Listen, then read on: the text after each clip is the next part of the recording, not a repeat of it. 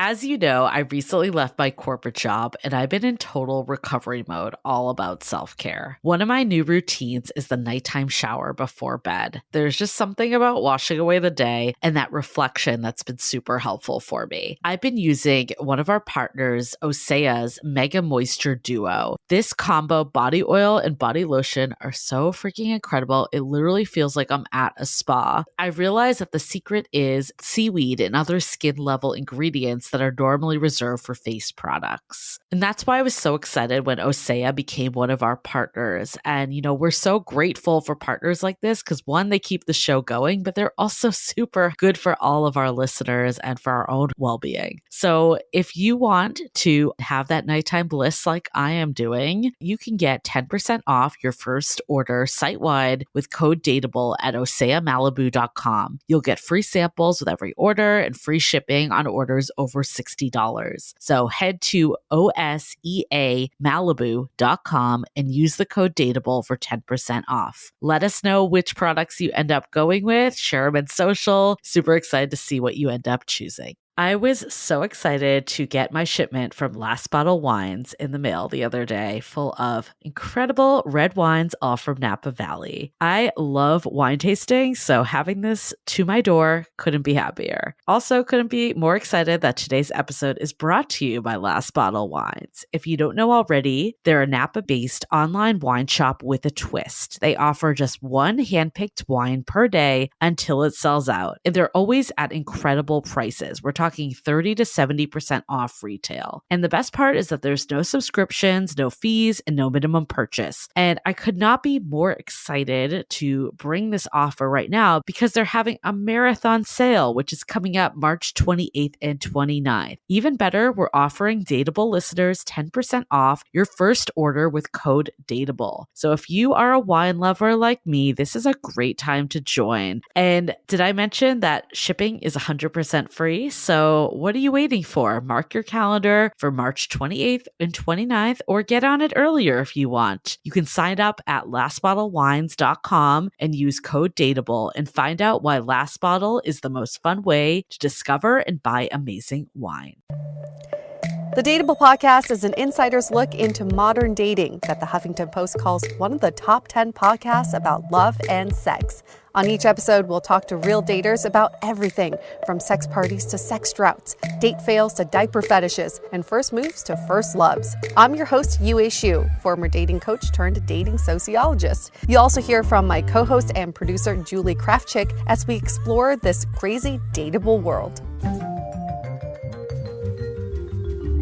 Hello, Dateables. Welcome to another episode of the Dateable podcast, where we are going to dissect everybody's motives when it comes to dating, but also eat all the turkey we can this week, because this is the only week anybody's eating turkey. Am I right? Who else? When else are you eating turkey? It is a big week for us. A big week for all. Big week for turkeys. Happy Thanksgiving to all of our listeners, first and foremost. But what are your Thanksgiving plans, Yue? I don't think we've actually caught up on this even. No, we haven't. My partner and I are going down to my parents' house, and the four of us, plus our two dogs, are going to have a very festive Thanksgiving together. My mom really loves it when, during the holidays, there seems to be a lot of commotion. She feels like you need a noisy holiday. She always says that. Feels more festive. So we're going to, bring the dogs, obviously, because they're noisy, and we're going to make all the sides, but my mom's going to make the goose. We're not doing turkey. She's making a goose. So you will not be having all the turkey.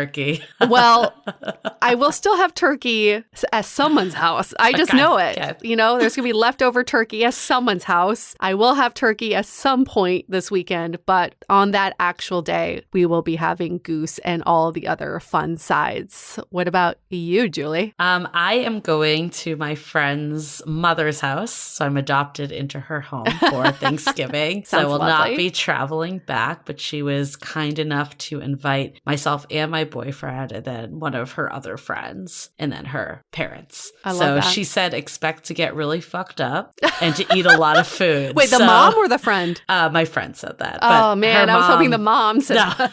No.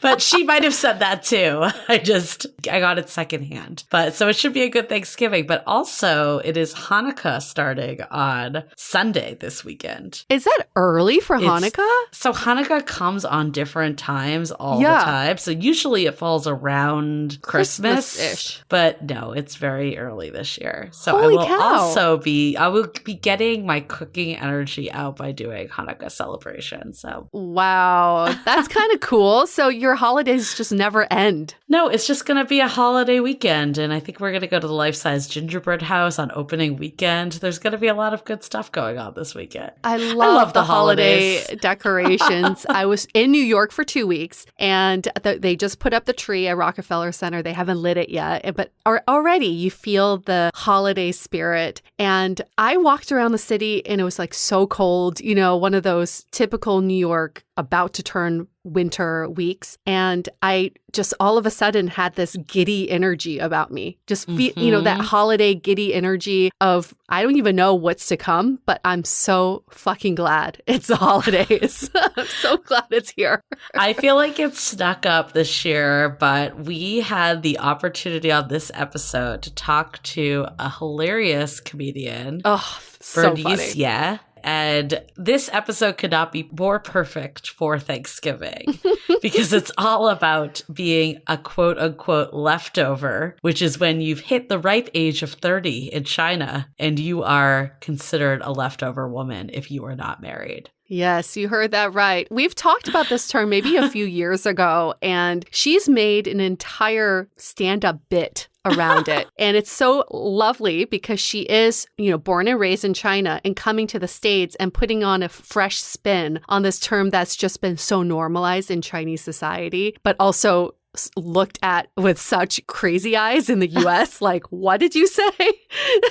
And she's so funny too. The part that's funny is that I think it's just more out in the open. Like, no one would ever say that in the US, but I do think it's deeply ingrained in our, I would say, limiting beliefs and deep-rooted fears that once we hit a certain age, we're left over and undesirable. I don't think it's true at all, but I do think there is some of that seeps in the US too. It might just not have that. It might just not be like as out in the open as something you're called. Leftover. Exactly. Yes.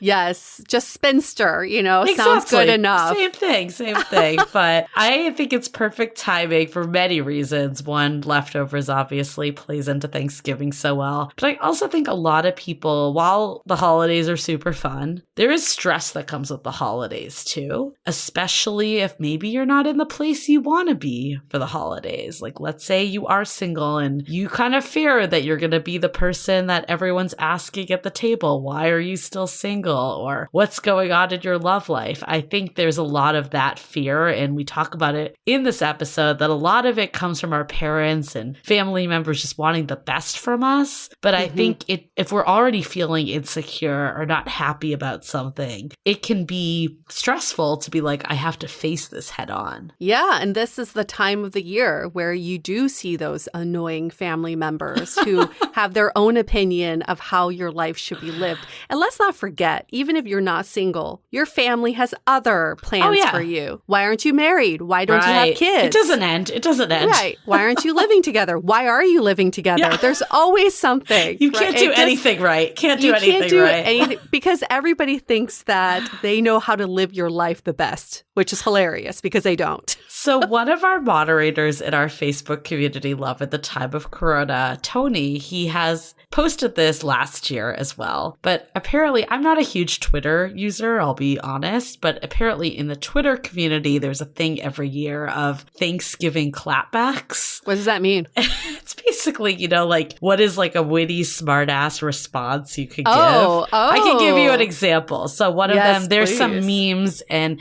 they'll probably find their way onto Instagram and other places. But, a clapback, right, is like, how do you give it back to someone? So like one example, I pulled up a few of the dating relevant ones that were coming up today. So the first one is, Auntie, that's your third plate? ? Me, that's your third husband ? Here's another one. Uncle, when are you going to get a girlfriend? Me. When are you going to tell your wife about yours? Wow. These are good. They keep going. When are you going to settle down? When are you going to admit you settled? There's so many. Wow, these are so good. So if you're looking for a way to give it back, I don't know if this is necessarily recommended advice. It's obviously more of a joke, but depends how, sassy you want to get. Depends how sassy you want to get on Thanksgiving. I always want to get a little bit sassy because the holidays bring out all the emotions in me. Yes, I'm happy and giddy, but I'm also like fucking annoyed and frustrated with everybody around me. I get major anxiety and everybody stresses me out, but I inadvertently clapped back at my mother today. Oh, okay. Clapbacks are starting. I went to get Botox this morning. She was here and she said, did you know that if you had kids, you wouldn't have wrinkles? Oh because my God. What? How is this even accurate? Yeah. She said, kids give you so much joy that your wrinkles disappear. And then I pointed at her very prominent wrinkle on her forehead. And I was like, I'm pretty sure I gave you that one. So, I think I clapped back a little bit, but I like these. These are more of a zinger. Yeah, I'm gonna read up on these. First of all, that is the most wildly untrue statement I've ever heard. That is like convenient theories for you. Absurd. I was like, I'm pretty sure that I would have double the wrinkles if I had fast. kids. Exactly. She just wants any opportunity to throw it in there. But Julie, parents are like this too. Anybody who's had kids seems to have amnesia later down the line that they forget how stressful raising kids were. So then later they're like, it was so joyful. I had no wrinkles. It actually made me younger. I was a fucking Benjamin Button. And you're like, no. Remember when you told me you were miserable and depressed and you want to kill everybody? That's how you felt. Well, you're going to have to sass up your clap back because you might get a few more of those comments this Thanksgiving. I can feel it in the air.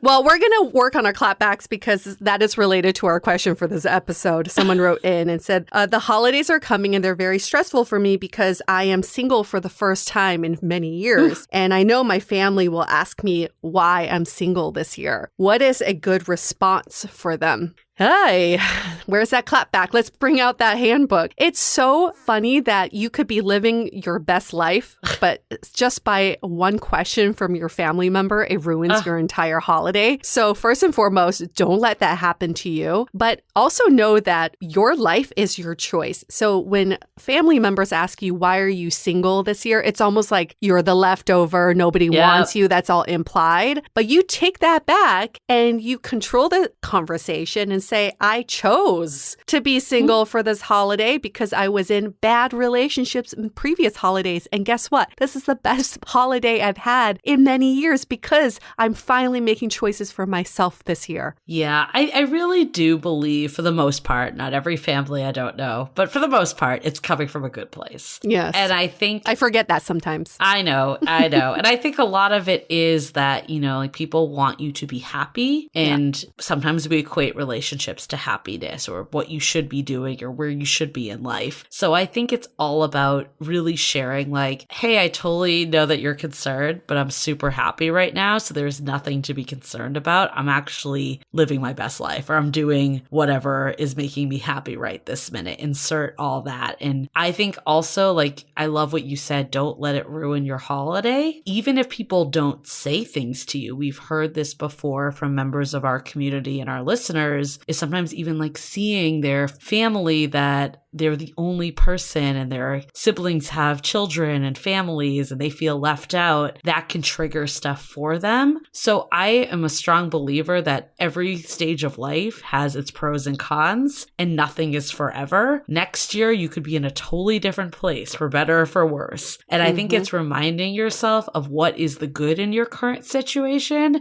Maybe it's after you've eaten a big ass meal, you can just go home and unbutton your pants and watch TV and you have no one to answer to, right? Like there's always good in every situation, or you could curl up and read a book or whatever it may be. And I think comparison is the thief of joy. I do love that quote because it's really easy to get sucked into what you should be doing or what others are doing instead of just appreciating what you have. And ultimately, Thanksgiving is about appreciation and gratitude. So along the same lines, maybe you prepare 3 things that you got to do this year because you're single. And then that's your answer back. Yes, I am single this year. I am so thankful I got to do A, B, and C, all because I'm single. Do you want to see pictures?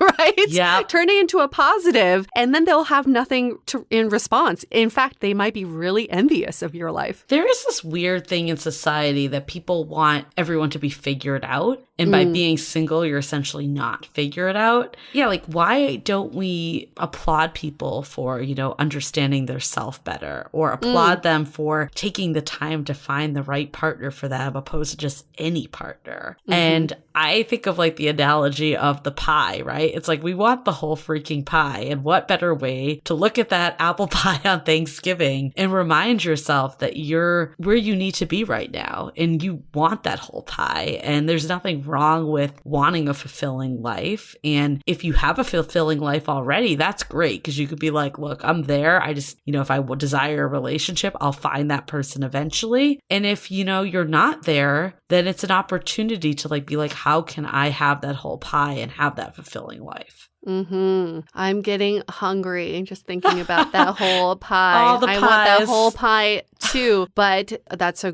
great way to give a response back to your family without clapping back. And it's just saying, I just haven't found someone that I want to make that whole pie with yet. So exactly. I've decided to make it myself this year. Exactly. I'm looking for the whole pie, not just a slice of that pie.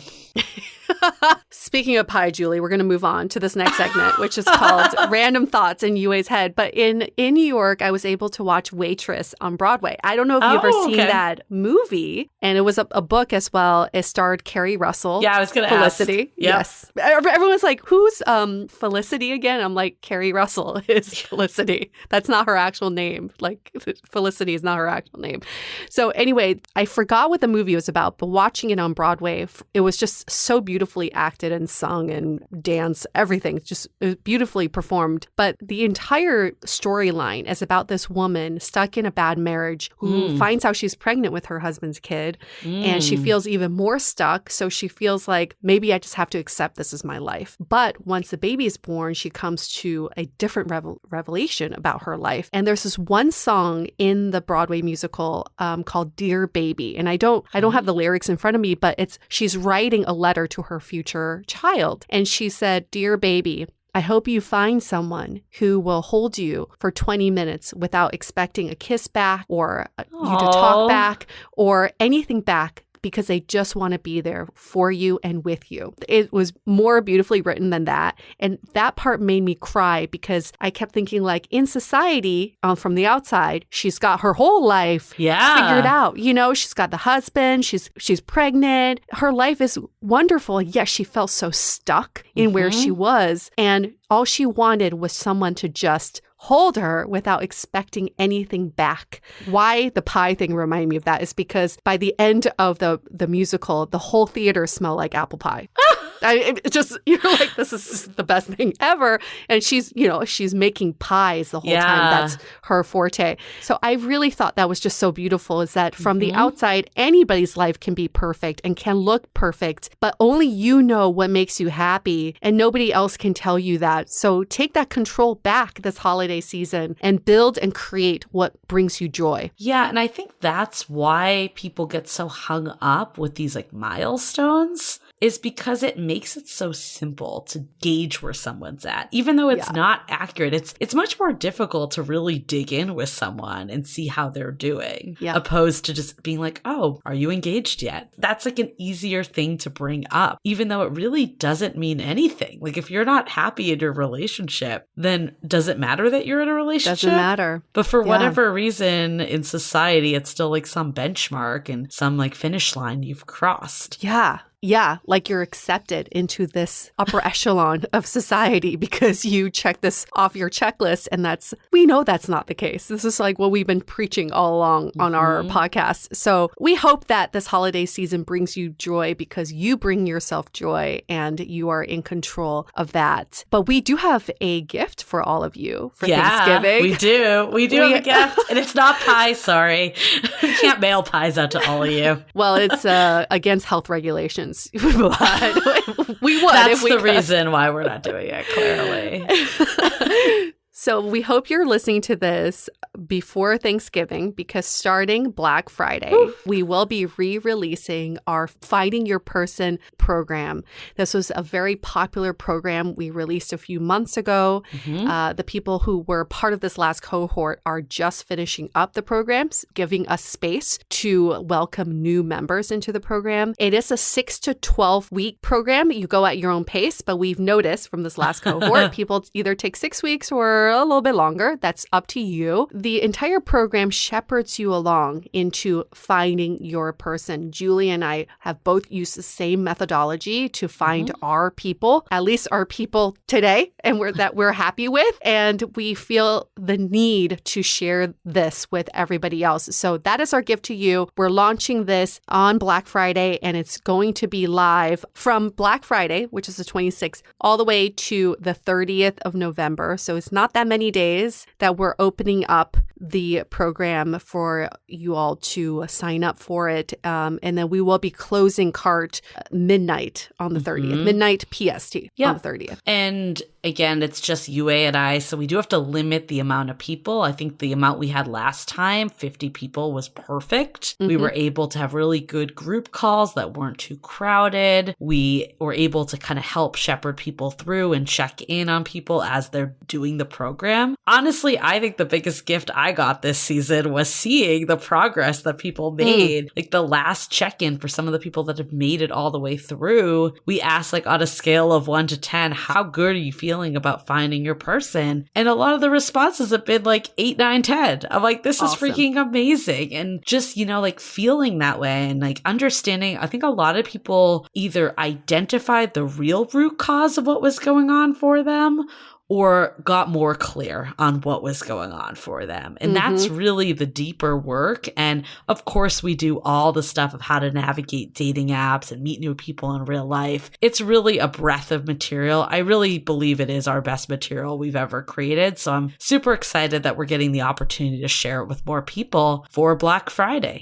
It's very much related to this episode, too, because it's all about taking control of your story and your narrative. And our guest today, Bernice, basically respun this word leftover, and she made it her own and created her own narrative around it. So we hope that you all can change your narrative, too, like Julie and I were able to do. And you can find out more about this program by going to findingyourperson.com. That's it. Very simple. We will be sending this out to people on our wait list only, so make sure to join that wait list. You can even do that today. Yay. Awesome. I think that's good for announcements today. At Dateable Podcast is our Instagram too. Can always connect with us there. And let's hear it for a few of our sponsors for this episode. Support for Dateable is brought to you by Incipio. Incipio offers legendary protection for all of your devices, from phones to AirPods to tablets. They obsess over their tech to protect yours. It's like Incipio's line of products was made for me, because with their phone cases, my phone is protected from drops as high as 14 feet. The cases are also wireless charging compatible,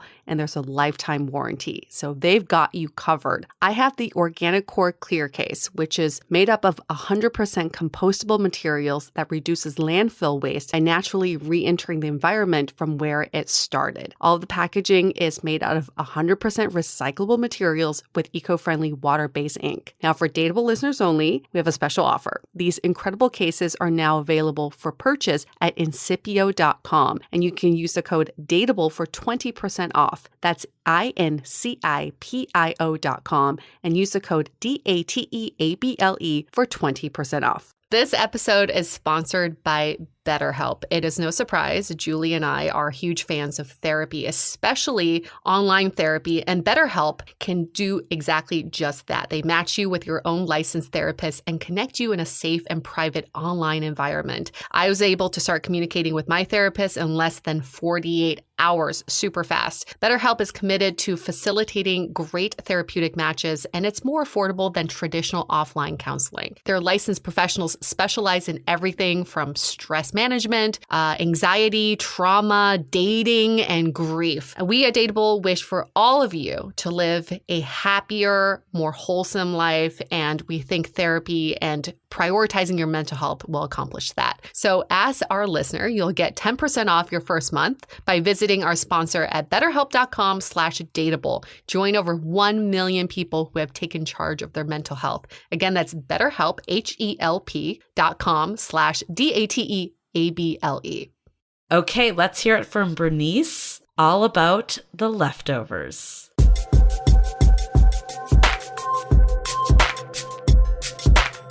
I still remember when I turned 25 and I went back to China, to Beijing, to visit my family. And I remember my little cousin joking that I was now a leftover woman. She's like, "You're leftovers now." When you turn 25? At 25, I was single at 25, living my best life. And she was like, "You're a leftover now." My little cousin, she was like 16 or 15 at the time. I couldn't believe it. And I didn't know what that term meant during that time, but now for sure, my whole family talks about it. So Bernice, who's our guest for this episode, did a bit all about the leftover woman, that phenomenon in China. But who is Bernice? She is in her late 30s, currently lives outside of Seattle, sort of I don't even know where, Kamano Island? Nobody knows. Sounds exotic. Originally from China. Where in China, Bernice? It's from Wuhan. I no longer need to explain where that is. Yeah, no, it's pretty now famous now. Yep. She is engaged and she's a comedian. And, your bit, maybe we should just play a little bit when we post this on our social media, was so wonderful the way you kind of explained it. But it is a real thing in China, even though people joke about it, that when I was 25, that was kind of the cutoff that if you're single and over 25, you're a Sheng. But now if you're 30, right, they kind of push back the age a little bit. So if you're 30, with modern times. Yeah, 25, that's just not realistic. You're just still in school, whatever. Right. You don't even know what the hell is going on. But they've pushed back the age, which I do appreciate, but 30 is still pretty young. Mm-hmm. But let's just go in and talk about what this idea of the leftover woman means. You got engaged in 2020. Tell us a little bit about you and your fiance and how did you meet each other before we get into how you're no longer a leftover woman. We actually, we met online. When we met, I think I was already 34 already, old.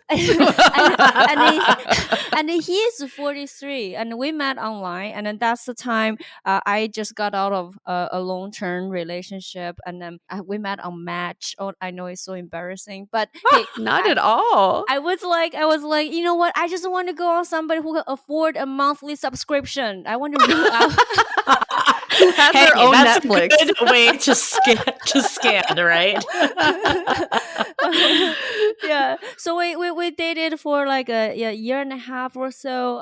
And then he when he proposed, and I don't know how much we're getting, but that's the overall quick answer. And then what was your dating life like before him? Before him is interesting because I feel like the long-term relationship I had was 5 years. So that was kind of like, I feel that's a really golden time of my life. I was, really like established who I am. Before that, I think I did online dating or meeting in person. I was just trying to find myself. There's, growing up in China, we don't date, right? Like our parents, just, you can't date, you cannot date, you cannot be seen together with a boy. So there's like, I don't even know how to process this. So when I came to America, there is that insecurity. And growing up, like everybody said, you're ugly, you're fat. And so in America, when people were treating you nice, you were like, oh, I'm okay. Oh, yeah. You're just trying to learn your standard. Like it's not like the first person saying you're pretty, then you're like,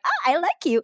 So there's that phase when I was younger, definitely just trying to learn who I am. And I think when I was in that 5-year relationship, I had a healthy beginning, but then my boyfriend at the time, when he quit his job and he wanted to do his own game, he's very talented, so was very supportive. But then it became one thing dragged to another. I supported him for 3 years, right? He does not have any income, and I was like financially supporting him, but also I was doing all the house, a lot of the house responsibility that he wasn't helping. So it became a very unhealthy. It's not a healthy balance that we are. And so when I I got out that relationship, mine is like, okay, I just want to first have fun.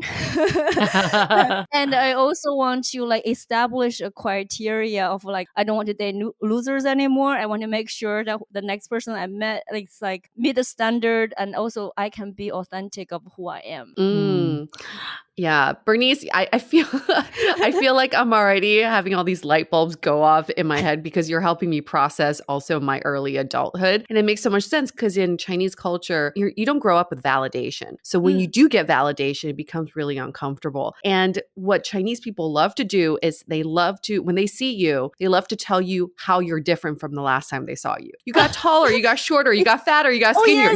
You're never just right. You're always like, something about you is off. And it sounds like Jewish parents too.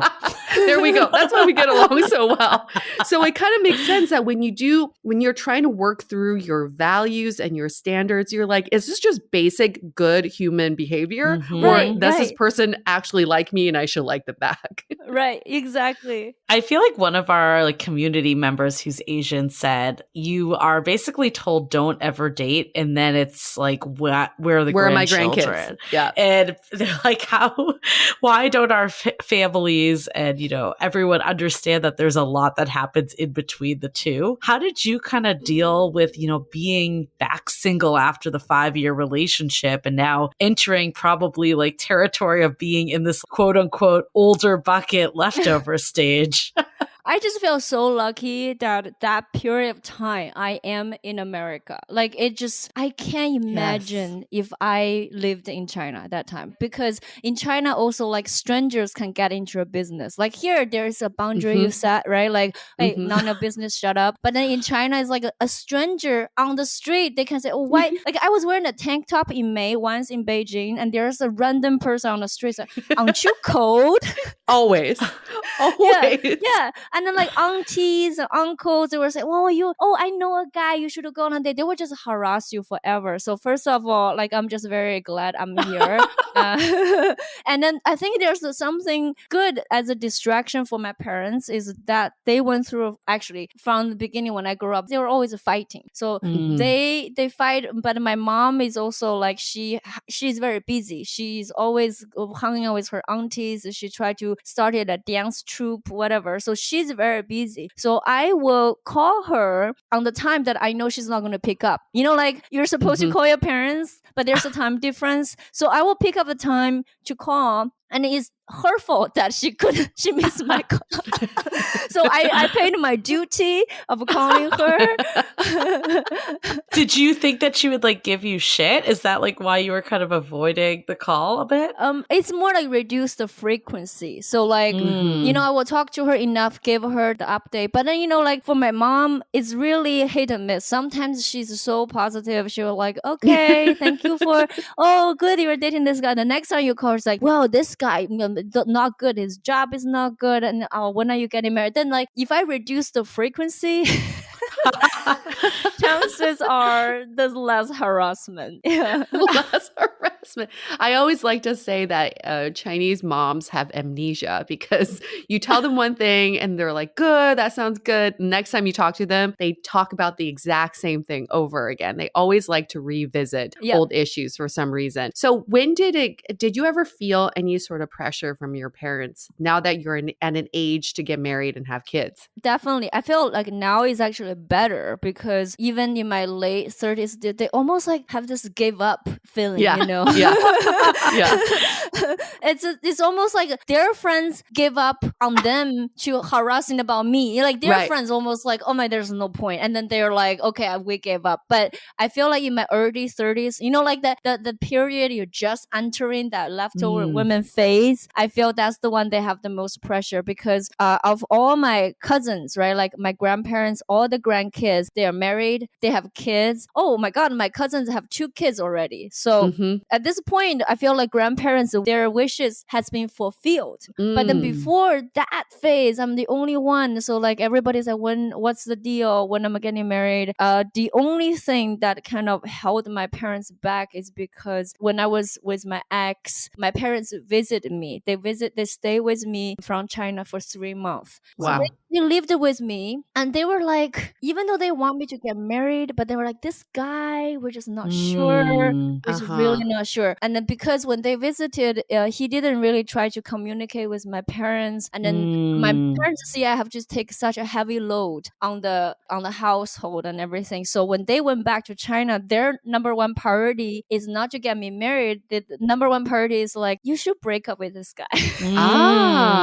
Well, so that means your parents weren't desperate enough yet. Yeah. Right? Yeah. They weren't like, oh, any guy, let's round them up. But they actually have standards for you. That's nice to hear. Well, because I think they were in an unhappy marriage for the longest time. And my mom was like not forced, but kind of like guilted into a arranged marriage somewhat, because it's a blind date set up by my grandma. And then my grandma just like, oh, you should really marry this guy. Don't hold back. And so my mom, they didn't know how to date either. So they got married, and my mom was very unhappy for a very, very long time. So she understood it's worse to get into a miserable marriage. Yeah. That's good. So would she, so knowing that, how like often, like I guess if you were to talk about like, you have 5 phone calls with her, how often would she bring up your single status? Was it something that came up frequently? I think my mom is actually very smart. She tread water with me. So she would say, how are things? Like she will, I think she usually have an agenda, but then she will kind of see, okay, if things are good or bad, if you're not like if there's something that's not going so well, and it's like, yeah, like I told you, yeah, this is not a guy, just get rid of him. Like she will patrol that direction. And sometimes, and if things are going well, then she will say, oh, so have you thought about next step? And what are you waiting for? So kind of she hear, and then she push the water in the direction it's already going. Julie, does your mom do the same? No, ever? My mom Never. is so not this way at all. Oh, really? Really? Yeah, like I know a lot of our listeners, this is why we want to do this topic too, is a lot of our listeners say that they get a ton of pressure from their parents, even in America where we don't have, I want to hear one of you say the Chinese term again, but we don't have like the leftover culture. Yeah. But I feel like there's still a pressure when you hit 30 that people feel, right? That they should be settled down. They should be, thinking about having kids. Like there's all this pressure that's societal, or a lot of times it is family too. I personally have not had it, which has been great. Like I've definitely kind of been drilled in more to like take care of yourself first. And I think that comes from like my parents' background also. That's awesome. It's good. Yeah, it's definitely good to have understanding parents. And you could still have understanding parents who give you pressure. I feel like my mom is that. She always has an agenda whenever she calls me. But it always starts out with, how are things going? Things are good. What did you eat? Are you fed? And then it's like, when am I going to see my grandkid? Right? And it's like, it goes from 0 to 60 really fast. So it's the way they deliver this information. I was going to say, okay, so I know Yue is an only child. Are you an only child also, Bernice? Or do you have siblings? I am. I think that's a big difference because my brother met his wife at 22. Right. So she kind of had that on one side. Right. I could see if you don't have that at all, this is like your only hope. So there's a lot of pressure on that one person. But recently I had a kind of a Tiffany moment with this. So to lead into that, like, so I told my parents a while ago, actually it took many years to get them to on board finally. It's like, I don't want kids. And then for Chinese parents to be on board and then go with you on that is actually very difficult. But I think what's ultimate changed is their definition of happiness. Because I think for Chinese parents, like the traditional way of the definition of happiness, I don't know if do you speak Chinese? Yeah. Oh, I do. 圆满幸福. It's like the completion. It's like you have family, you have grandkids, 四世同堂, right? Like you have 4 generations in the house. So there's that traditional view. That's the definition of happiness. So I think for my parents for the longest time, they just feel it's incomplete for me, my life. And so they're projecting that idea of like how the life should be, and they worry. Right. Well, I think that's where it's coming from with a lot of family pressure, right? It's like, this is how I did it. This is how society says you're supposed to do it. What's wrong with you because you're not doing it? Yeah. And you must not be happy. Yeah. Because of it. Right. Yeah. And my parents, what happened is they were in a very unhappy marriage for a long time. But all of a sudden, you know what? They were in love again. It's so crazy. Oh. They were in love in their late 60s, like 65, and they started to travel. I think they gave up on the hope of me getting married and having kids. And then they were like, you know what? Fuck it. Like, other of their friends are like taking care of the grandkids. They're like, we're going to travel. It's like kind of the same benefits, right? If you're like an adult that doesn't have kids, you have more of the freedom and luxury to do all that stuff. And so that's very funny. telling. It's very telling of Chinese culture where we spend our lives pleasing other people. And it's always about other people's happiness. So your parents are trying to make sure you're happy. You're trying to please them. And ultimately you forget what it makes you happy. So it's so nice to see that your parents have finally become quote unquote selfish to focus on their own happiness. Yeah. I love that neither of you are happy in that process. Yeah, it's like neither, because you're like, cycle of trying to make each other happy. It's a lose-lose situation. It's like giving up that expectation, because I think for them is they finally realize we're like 65, okay, and then we're not going to get divorced and then find another person again. So they gave up the expectation of the other person. All of a sudden, they accepted each other and decided to go travel. They had a lot of fun. Like nowadays, they're taking pictures, like having like a love on the rock. Wow. What is happening? I will send you a picture. I will send you a picture later. It's like, Oh so my God. they dance, they do TikTok dance. It's crazy. What? Yeah. They will send me like my dance doesn't go nearly as popular as theirs, and so like Obviously. I love it. They're having like a rebirth. yeah, rebirth. And I feel like they have a new understanding of this happiness. It doesn't have to be the same path as everybody else, and then they start to accept my own way of living. So that's very beautiful. I think that's like the nail on the head. That's where it comes from, is that I think a lot of times parents think that you'll be happy this way and they really just want to make sure. But I feel like, especially, as we're at Thanksgiving too, it's a lot of people dread going home for the holidays, because they're like that inevitable question of, are you seeing anyone? Or, like, why are you still single? And it's coming from this place of wanting to help, but it's basically doing the exact opposite. Totally. Yeah, absolutely. So while we kind of glazed over, glossed over, is that the term? Anyway, you're just thinking about Thanksgiving.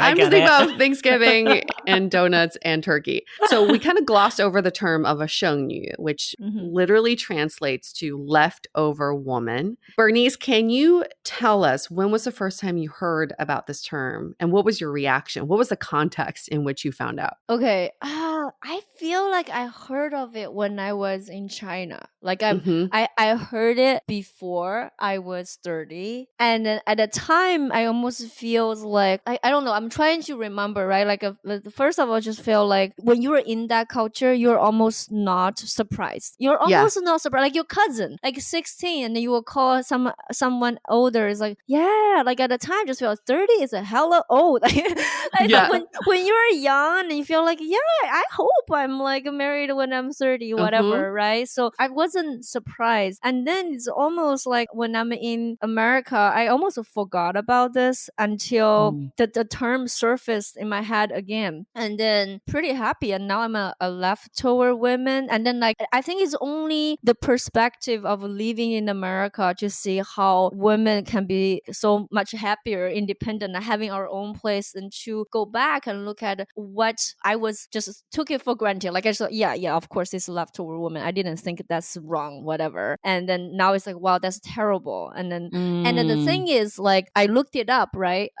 For men over 30, there you could say leftover woman, but nobody used that term. But instead they call it what is it? 钻石黄老五, like oh my god.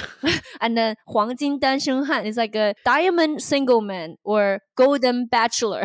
Well, that's like in the US. I mean, I think it's not as pronounced here, but there is like the spinster when you're over 30, and then like the bachelor when you're over 30, and that's, again, one is very derogatory and one is almost like praising. Yeah, it's almost praising. And for anybody hearing this term for the first time, if you're not offended enough, I will just go into why this term is so offensive even more, because there's an implication that it's out of your control. single. You were left over by other people. It wasn't like your choice to be single, right? Leftovers are that other people have left you. You weren't picked. But as a golden bachelor, it's like, that's your choice. I choose to be single. So it takes the power away from women. And it made me, when I heard the term, feel like, oh, I'm a loser, that, this is out of my control and nobody wants to pick me. It's just like, are we back in the 1920s? It feels so archaic. Yeah, and I remember when I was in school, like, because I went to Peking University, and they will always say like, well, but for girls, you don't want to appear too smart because you are going to be leftover women. Like, basically, people wouldn't want you, go for you. You're going to be left over, Wow.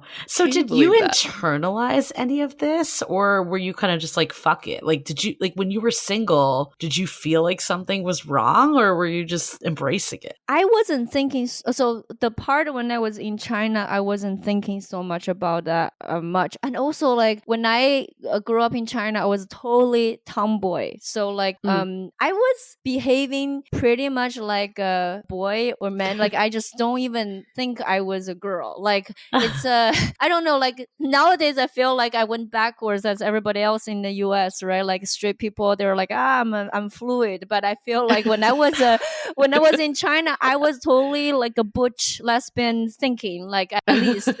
So I was like, sure, I don't care. I don't need to be liking boys. But like, I was dating. And I started to hide because I came to America when I was 21. So that's the age people will still shame you if you're dating. You're supposed to hide. So I didn't get any sort of pressure at that point. But when I'm in America, I feel like it took me a long time to get away from that mentality. It's almost like I don't want people to see I'm dating, even though there's nobody watching me anymore. Mm-hmm. Yeah. Wait, so I'm so confused as someone that's, culturally maybe removed. So basically when you're 21, you're told not to date, and you're hiding it, but then by 30, you're expected to be married? Oh, no. By 22. As soon as you graduate from college. How would that even happen? Is it just setups? Is that really what it is? I think it's also the PDA part of it. So like, it's almost when I was in college, so that was between 17 to 21, right? It's okay. You have a boyfriend, you have a girlfriend. That's kind of normal. It's expected. But then like, if you kiss, that's like, whoa, like almost like you need to remove that image. Like, as if you're just still holding hands, that's okay. But then they don't want you to think that, oh my God, this person is having sex. Oh my God.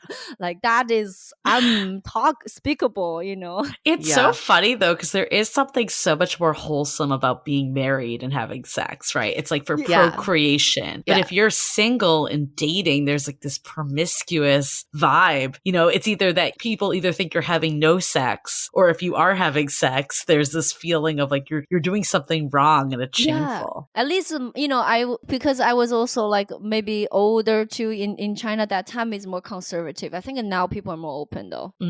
I think it's getting there, but there's still a lot of brainwashing that's going on and a lot of shaming around not married and having kids. So I don't know the stats because China would not release these stats, but you could be in a long-term relationship with someone and have the intentions of marrying them. But if you have a child out of wedlock, your family would make you get an abortion. Wow. More times than not. This happened to someone in my family where she had been dating her boyfriend for 6 years. They were going to get married later that year. She got pregnant because also sex education does not exist in China. So nobody knows. Like, right there, people are having sex and they're like, I got pregnant. How did that happen?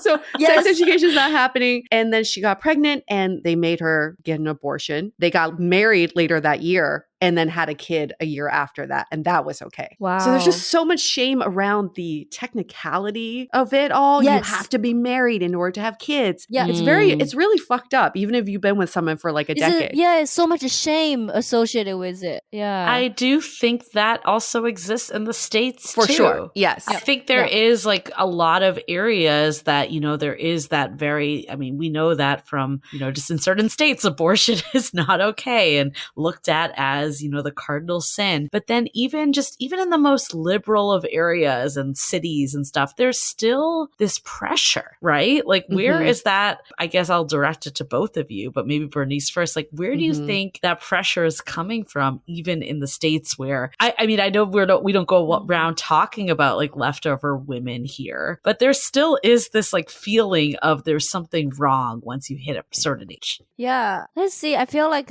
in this area, I'm observing almost like going the opposite way a little bit. I will talk about that later. But I also feel like there is a sense of like women as we age will our value yes, we appreciate, and then men, their value goes up. I think your family, your friends, were just people will not say it out loud anymore, right?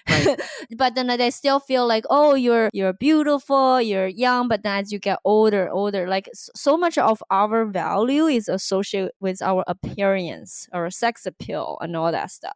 That's how I feel. But also that your married friends, like, so we all friends, right? Like, and then your married friends, they get married, they have kids, and they are also projecting about like, oh, you gotta, like, I guess not projecting, but it's difficult to hang out with your married friend. They just went to a different world, right? If they're married with kids and you're single, so there's a sense of being left alone. It's harder to make friends, and the lifestyle, you kind of depart from some of the long time friendship you have as well. There's some peer pressure. But in Seattle and Portland, there's something interesting because like there's a part of my stand-up I talk about I'm engaged, and it used to be people would applaud, and now people are just like I think it's either they're like they're trying to say, oh, getting married, or like just like, let's just wait if she's married to a man or a woman, because if it's a woman we're going to applaud, but a man that's like fuck that. There's too traditional. Just like in Seattle, it's so progressive and liberal, and there's people about like, if you're just doing the traditional thing about getting married, it's like I'm not so into that. There's that as well. Oh, so we're kind of almost like overcorrecting the other way. Like, got it. I could definitely see that in like San Francisco, also for sure. I was like, what happened to love is love, Right. If you're traditional, you don't get love anymore. You're like ashamed for being straight these days. Right. Yes, like, yes. I like men. I know. Gross. I think both of the points you brought up, though, like I think there is this misogyny that comes from it, and just like the traditional aspect of, that there's this belief system that you lose prospects the older you get, and, everyone's settled down. So I do agree with you too about the friends and whoever is in your orbit. And that might be less societal pressure, but it is a pressure because it's on your day to day almost even more. And I think like you do start to notice like the gaps of lifestyle, because I think when we're in our 20s, everyone's kind of all doing the same thing. And then once we hit our 30s, people start to really deviate in all sorts of directions. So if you happen to be with friends that are all in one direction and you're in another, and maybe it's the same, maybe if all your friends are single and you're the one lone married person, you would also feel like you were kind of in a different leftover state, or maybe not leftover, but just in a different world. Yeah. Or just like nobody's really leftover, right? That's all of our choices. There are choices that we make, and it's not in the hands of someone else who ate us for dinner and didn't want us the next day. That's not how it works. But I do often think about how these terms are started, who starts them, and then how do they even catch on? How do they become viral? How do they become part of pop culture? And Bernice, have you thought about this a little bit for China in specifically? Who do you think made up this term? Well, I mean, definitely a man. You think?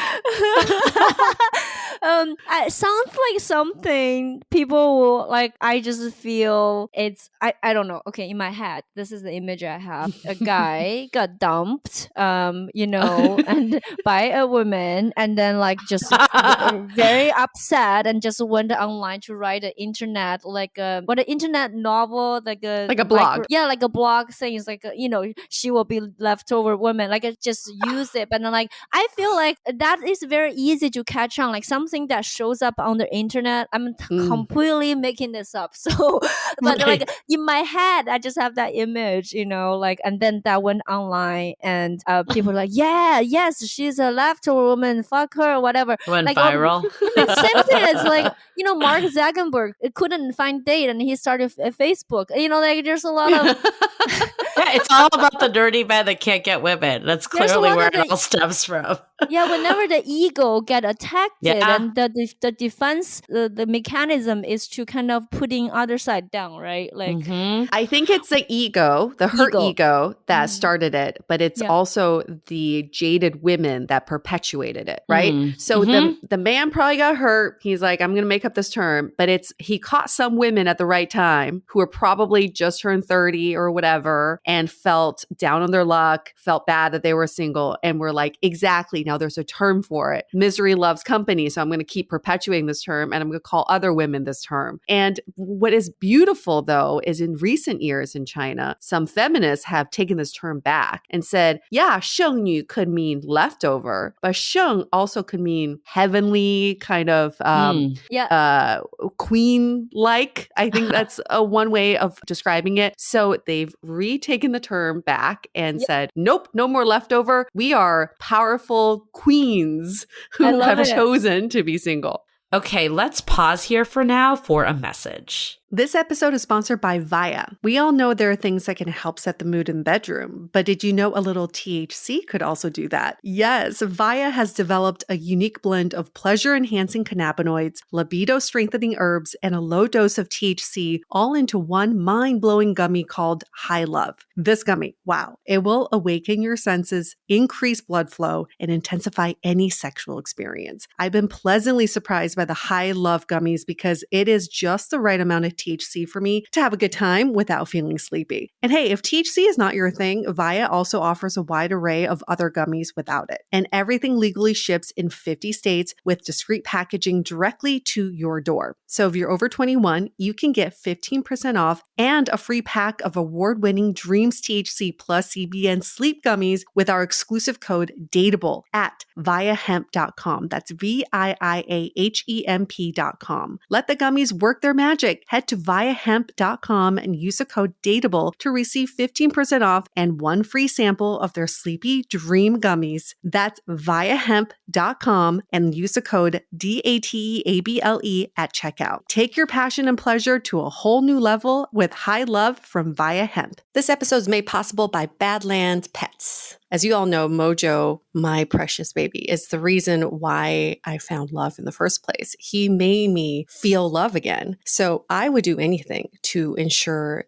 his health and longevity. And actress Katherine Heigl and I have that in common. She's helped save over 16,000 dogs through her foundation. And after doing a ton of research, she feels there's one place we can look to improve any dog's health, and that's their food. So fortunately, she found that just by adding a few special superfoods to her dog's food, she saw huge transformations in their health. So she's made a 20-minute video explaining step by step how anyone can do the same thing to see incredible changes in their dog's health. I've definitely re-looked at what I'm feeding Mojo and making sure that, hey, he only has one life to live, and I want to make sure it's the best damn life. So if you want to keep your dog healthy and happy, go to badlandsfood.com/dateable and watch Catherine's video right now. Again, that's badlandsfood.com/dateable. This episode is made possible by Armoire. Armoire makes getting dressed easy. With a clothing rental membership from Armoire, build the perfect wardrobe with brands that are high quality, unique, and recommended just for you. All you have to do is take a 5-minute style quiz and select items from your dynamic, personalized closet. The styles show up at your door in as little as 2 days. Then when you're ready for new clothes, just swap them out. Listen, I live in Southern California. There is absolutely no need for puffer coats or any sort of those winter jackets. But when I travel anywhere else in the world in these cold months, I'm often burdened with the task of getting winter clothes. And now with Armoire, I can just rent my winter wardrobe. It's brilliant. Right now, our listeners can give Armoire a try and get up to 50% off their first month. That's up to $180 $125 off. Just visit armoire.style/dateable. That is armoire.style, spelled ARMOIRE.style/DATEABLE to get up to 50% off your first month and never worry about what to wear again. Try Armoire today.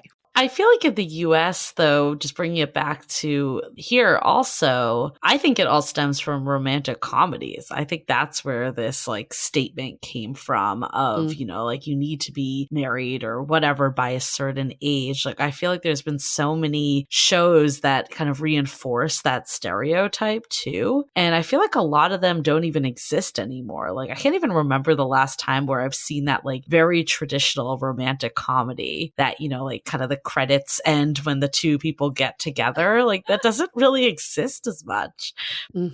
Yeah, romantic comedies are They fucked us for they sure. Really, but yeah. you know, like kind of like what Bernice is saying, we're kind of going the other direction. So you don't see those romantic comedies. In fact, you see the opposite of those storylines and non-traditional relationships. So it's nice to see that. I just thought about this and it completely escaped me because I asked you for the root of the term. And I think I do know the root of the term. Oh, tell me. Because we grew up in this one-child policy, right? Yeah. Because there was a population problem. They had to control it. Now, there's way more single men than women because so many women have chosen to choose career and education over having kids. Oh my God, getting yes. married and having kids. So the government was like, oh, we're fucked up because now we're going to have a reverse population issue. Nobody's procreating. So we're going to create this term to make women feel guilty for not getting married. There we go. I think that's the root of it. Is that where it came from? That's actually I even remember more reading somehow. Oh yeah. If it's like infused by the government, I feel like that's way more fucked than some random guy that's heartbroken writing a Julie, blog. welcome to China. Everybody's fucked up by the government. Because I remember the pressure. Okay, now it's clicking. Yes, the leftover women. Yeah, because like they wanted to pressure you to get married. Because also there's a trend of more and more women like want to work, like want to have their financial independence and stuff. And then it's still not working, right? And then, so the government did this 2-child policy thing. Yeah, and did a 3-child policy. They increased and nobody wants to have kids. No, nobody. More. Yeah. So I like in your set, one of the things that I really liked about it was like how you said, you know, your friend asked if you were going to get permission, your fiance was going to get permission to marry you. Yeah. And you kind of like laughed at it. Like, oh how is that? God, permission. Like literally, that's my mom would pay him to take me. Like like, okay, so this is how conversation went, right? Like I told my mom, like, I'm taking the boyfriend home. My mom just said like, what? Boyfriend? I mean, just like when you come home, she felt so embarrassed. I'm taking home a boyfriend. And she's like, when you come home, just tell that you are married already. Yeah, and I have to negotiate with her. I was like, actually before that, she's like, oh, your grandma, she's dying. Like, you have to. No. You have to. Like, she's doubting. And then, of course, like my grandma, 2 grandma, they're fine. They're fine. They're healthy. They're not dying. Yeah, they just want to guilt me. Like, you just guys see farewell. Like, when the grandparents are dying, you got to have a wedding to make sure all your grandkids are getting married. So that's how she was trying to, it's like, okay, just make sure you're married. Except your grandma's fine. Yeah, and I have to negotiate with her because one of the things my mom have nagging me is like, oh, I've been to so many Chinese weddings because at Chinese wedding you give people money. Yes. And she's like, I'm broke from giving people money. She's like, when are you going to get married so I can get my money back, right? Yes. Yes. My parents say those words verbatim. Yeah. That's so funny. So I had to negotiate with my mom. I said, well, don't you want your money back? Like, we need to have a Chinese wedding. So how about just like only grandma, tell grandma that we're engaged, but don't tell anyone else. And of course, when we showed up, everybody, congratulations for your engagement. Oh my God. Yeah. And there was no engagement yet. No, there's no engagement. I was so mad. God. I was what did your now fiance think? So what happened is this whole time I'm sheltering him from all the Chinese conversation, right? Like he wanted to learn some Chinese. And I was like, I don't want you to learn Chinese. Your fiance is American? Yeah. He's white. Okay. Yeah. So he wanted to learn Chinese, but I only teach him very basic, like how, like good. I just like you just said good to everything. And eat. Good and eat. Yeah, good and eat. So basically, at all the lunches and dinners, people are cheering toast to us for our Wow. engagement. Oh my I would just say, God. okay, just drink. Right? And then I would tell him how upset I was. It's like, okay, I can't believe my mom did this. And everybody say I was pissed. I was very, very upset. But of course, this whole time, he was planning on proposing to me. Like, I don't know. I didn't know. Oh. So he's almost like trying to in his heart, he's thinking the whole time to my mom, say, just chill, it's coming. Yeah. It's coming. It's happening. It's happening. Did your mom, like, does she have, or what about your dad? Like, where's he in this? Does he give you the pressure? What's his opinion?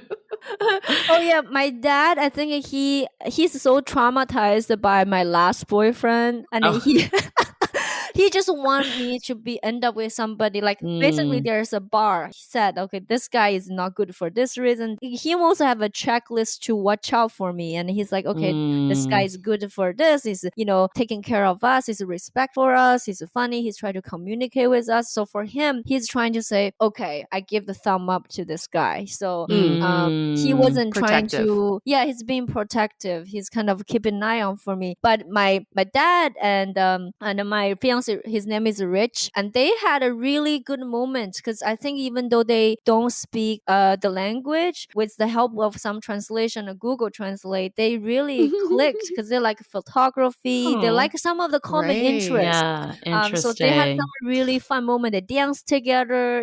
They sang together. Nice. Yeah, we like my mom pulled out the Chinese karaoke, and then Wow. yeah, and then my mom was dancing, and then like Rich was singing. So like there's some like really fun moments that happen. Yeah. You know what's so fascinating is like it sounds like your mom is just trying to please her mom. Like it's just like this perpetual cycle of pleasing. Because like you were saying earlier that, like she wasn't even that much like, oh, you should get married because she wasn't super happy in her marriage then. Now she obviously is. But it sounds like it's almost like I need to make sure like my mom, your grandmother is okay. So I'm going to like go that extra mile to make sure that it works and they're happy. My mom is a very interesting character because I think for her, she's non-traditional. Like she's kind of a rebel of her own. But in the meantime, because of she's surrounded with all the traditional value and her friends and the family, so she's never jumped out of it. So even though she will feel happy when she's just being herself and she have very strong personality, she knows what she's supposed to behave, supposed to feel happy, her duty for the family. So I feel like I see the both sides of her come into play. Yeah. You know what's so fascinating is I feel like that actually sums up where a lot of us, even in the States, are uncomfortable. It's like there is this side of us that feels okay being single and even potentially happier being single and loving our life, but then also this traditional side that's you should get married and have children and all that. And it's a constant tug of war sometimes. And I think that ultimately is what makes us unhappy over that we're just, not with someone potentially. And this is why this moment is so important to us, because our parents grew up in a generation where they do see the rebellious side, but they can't act upon it because it's life or death for them. They need the shelter, they need the family, they need all the traditions. And we are the first generation to actually act on the rebellious, the non-traditional side. And if we don't fucking do it, our kids are going to have to take that on. So we might as well be the first generation to carve that path so it won't be as hard for our kids, right? I love it. Were they like, how accepting were they of you having an American fiance? Like, were they okay with that? They were like, finally, she's, moving on and getting married? Or did they prefer you to be with someone from China? The best part of being 36 is like, anything else? They can be picky. They can be picky. I totally feel that as well. The pressure has dropped. They're like, finally someone. Yeah, finally someone. Yes. And when is the wedding? We pushed because supposed to be September 2020. We push it to this year September, and then we push it next year July, and that's it. Yeah, because the first time we pushed it because it's the pandemic, and then we're like, oh, we're so behind on wedding planning anyway, so it was a relief for us. And then this year is, even though we got a vaccine, but my parents they cannot come. And there's one thing that is crazy happening in China is my parents they have to turn in their passport to the government. They don't want it to leave the country. So like right.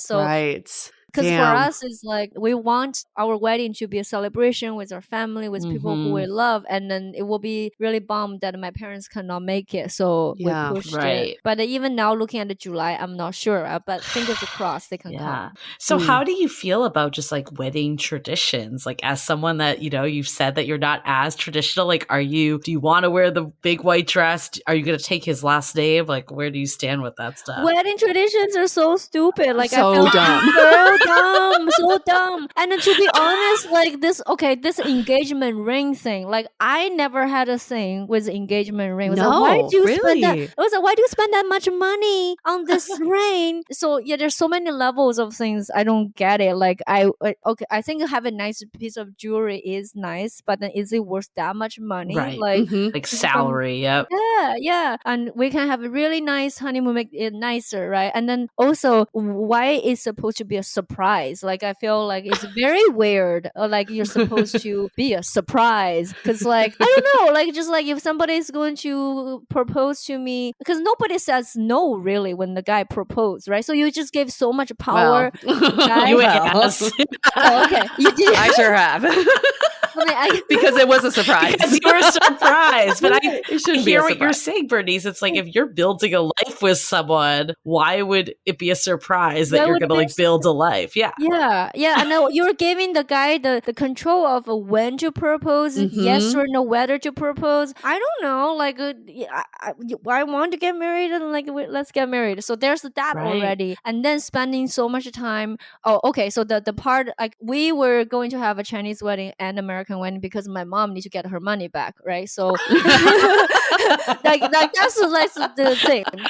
But for Chinese wedding, it's very easy because there is a company that does this package. You show up, they bring out the package. So, okay, where do you want it to be? Yeah, they do everything. You can have 12 dresses on the day of your wedding. You rent them, and so you do costume change. So it's much less costly, and your guest will give you money. So it's less work. You don't have to plan so far ahead, and it costs less. You ended up with more money. But an American wedding, you have to like every guest you invite. The more you invite, the money, the more you cost. Yes. It's a loss for you. I don't get that part. Yes. So just as someone that's never been to a Chinese wedding, because I get like in American weddings, you give a gift, but you have to pay for like the whole thing for the person. How is it different in terms of making this money? Like you fucking make money from Chinese weddings. Yeah. That's like the best part. Is your cost just like way low that you don't have any, or because your guests give you so much fucking money? Yeah. Oh, it's like way more than okay. Oh got yeah. it. Depending on their relationship. Yeah.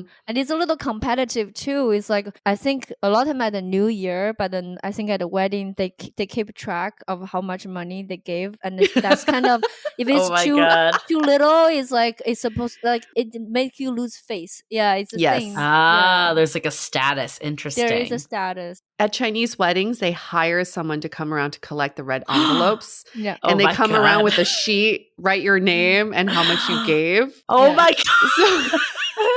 Okay, so it's just like a lot more out in the open than at the US weddings. And the closer you are to the family of the bride and groom, the more money you give. And you could give up to like, some people get like $10,000, $20,000. I mean, it's a lot. Yeah. So couples love having weddings in China because you fucking make money. Wow. But in the US, it's the reverse. You go in debt. Because it costs so much to throw them. Because it's so also. expensive. Yeah. So were you going to take his last name? Like, how do you feel about those traditions? Yeah, I never really planned to take the last name. There's because I feel first of all taking the last name is just is weird for me because in Chinese family we never change the last name, right? Like, you know, it's like we don't change it, and so to me just naturally, okay, life is hard. The less I need to do, the better, right? Like I mean, why do I have to be the one to go to all the credit cards, licenses to change all that? Like, and also feel like. Not saying the divorce, but I always like you got to talk about everything. So then putting all the work on the women, that's also and for me, I don't want to walk around as Bernice Reigart. I mean, like I can't I walk around like so, hey, I'm Bernice Reigart. I'm just like show me your ID, and then just life is too hard, you know. Yeah, I was talking about if I apply for a job, right? Like they see my resume, like Bernice Ye, they don't even know I'm a diversity hire. Like, It's true. Yeah. yeah. And I was a hiring manager. I was a hiring manager at the, company too. Like I know it. We need to have a diversity hire. We want diversity. They see your last name, they're like, nah, just another white lady. Yeah. That's such a good point. While we're at it, because you're so hilarious, can you just do a quick bit from your Sheng stand up? Just a quick bit, what you said about it. Okay, well, I mean, I will try to just talking to you guys because otherwise, I don't know how they sound, right? Like, but you guys already know, like in China, women over 30 were called 剩女, leftover women, and I guess turning around, I think I am like leftover pizza. Yeah, delicious. Yes. And cold. So good. Yeah, I am a cold hard bitch. Oh my God, I love it. Oh, you're the best. For the people that this is resonating with, like the people that are like, I do feel that pressure. I don't want to feel that pressure. What's some advice you have for them to kind of get out of their own heads that like they have to do all this stuff by 30? Okay, so I'm trying to see what the way. Okay, so the thing that I come up for myself is I was like, if you are just think about like that very unique special designer handbag on the shelf, right? Mm-hmm. And the more unique, the more special you are, the longer you will take to sell because you need to find that special buyer who see that click with you. But if you just a very generic like mass fast fashion, yeah, you will sell very quickly. But then like just hold on to your own, like be you, be the special you. And then when you have that special buyer find you, you will take longer, but it will be better. So that's kind of what I come up with that. You know what? This might be like a convenient theory for you, but I remember like looking up on like Google and seeing there was a stat that, more intelligent women tended to stay single longer. Yeah. So I think there is some truth of this like more complex people. Sometimes it does take longer than, like if it's more just like, I'm going to go with what I know as a tradition and do the thing that I've always been told to do. I think the more you overthink things and think about like, what is it I really want, that might, change the trajectory. And then the other thing I think about is like, at the end of the day, your own happiness is the most important thing. Your grandparents, they die. Your parents, they die. Oh my God, so your true. Your friends, they die. Like, so you got to live for yourself.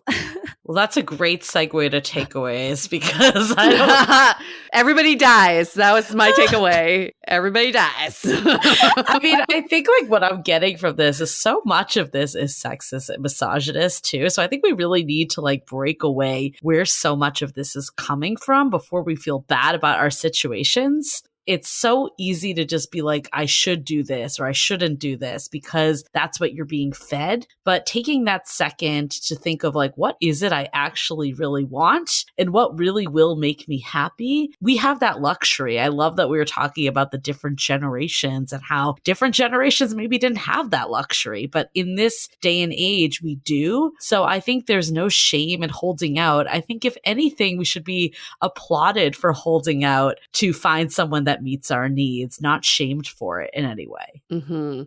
My takeaway is you just got to do you. The traditions were there for a reason. Yes, they worked for our ancestors. It does not mean that they work for us. We can fully respect and embrace traditions. It does not mean we need to carry out the traditions for our own lives. It's good to know where we came from. That's always great to know our family history. But moving forward, know that you have the power to change it for future generations to come. So hearing this conversation, I'm completely inspired by the fact that you can create a life that's completely different than what you thought it would be, but you created it. And that is absolutely okay. Also, just everything is normal. Whatever you're going through right now, it's just meant to be. It's normal. If you're married, it's normal. If you're not married, that's normal.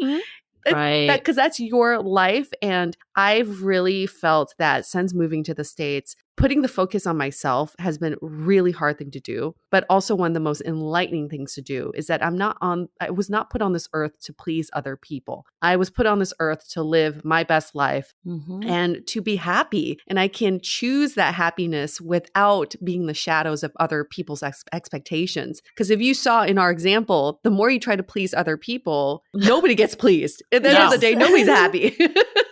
So focus on yourself. Focus on yourself. And Bernice, you talking about your parents being so happy now because they're finally focusing on themselves. That makes you so happy. So that's like such a win-win situation. So I really feel like we can all take that stand and say, I'm going to focus on my own happiness first. My very last takeaway is the more we can study about other cultures and how they view dating, love, and sex, the more it puts a different perspective on how we view our own lives. So I really hope that this conversation was able to shed some light for some of our listeners on what they're going through and maybe some new epiphanies or learnings, because we can always learn from each other and we can just keep this conversation going all the time. Just to add really quick, I think you touched something really important that, there's nothing wrong with being single. There's nothing wrong with being in a relationship. It's funny that you're getting like booed for being engaged now. Yeah, that's hilarious. I think we a lot of times like make our identity around a relationship, like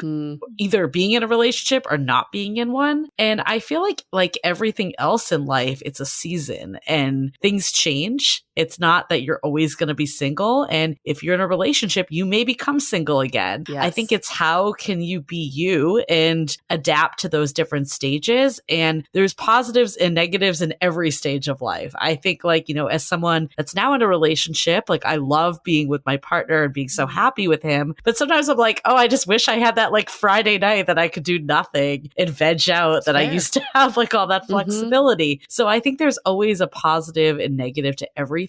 And it's up to us to not just get bogged down in the negatives. For sure. So Bernice, what did you learn from us? What are your takeaways from us? I have like so much takeaway in the sense of like, because for me, this whole cultural perspective, I mean, like I really resonate with what you were saying, Yue, with like the more we learn other culture, the more we have perspective. And then like the thing is about accepting all this are not normal, right? Like I think the part is like, we're getting into a world where more and more of what's right, what's wrong, what's black and what's right. And then the thing, if we're really trying to create an understanding, and then like I feel like we're all one and there's different ways we should support. They're all normal, whether traditional or new, because so that's number one. The other thing that came up, what Julie was saying, the identity. I feel like sometimes we mix labels with our identity. We associate ourselves with all kinds of labels. Oh, we're single, we're in a relationship, I'm Asian, and then I'm like,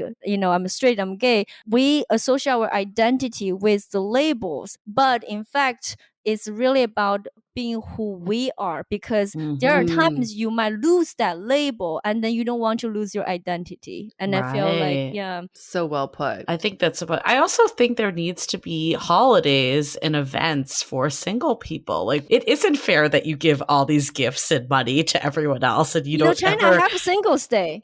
Good.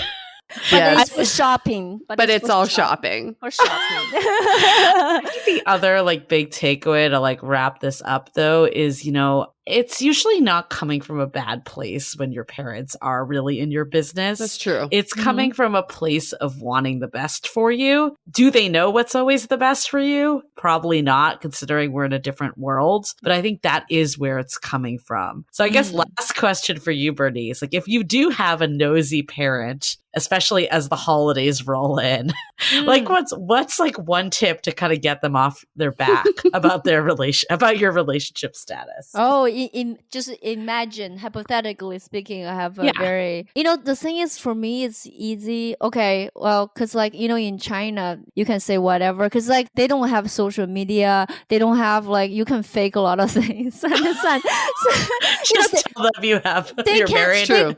They cannot cross-check. They can't. that. Like you send a picture, oh, I'm with this guy, blah blah blah. It's like you survive one holiday, the next holiday you break up. No, it's easy, So just break up January 1st, no big deal. Yeah, just survive one. It's a partner. I think we should start that service.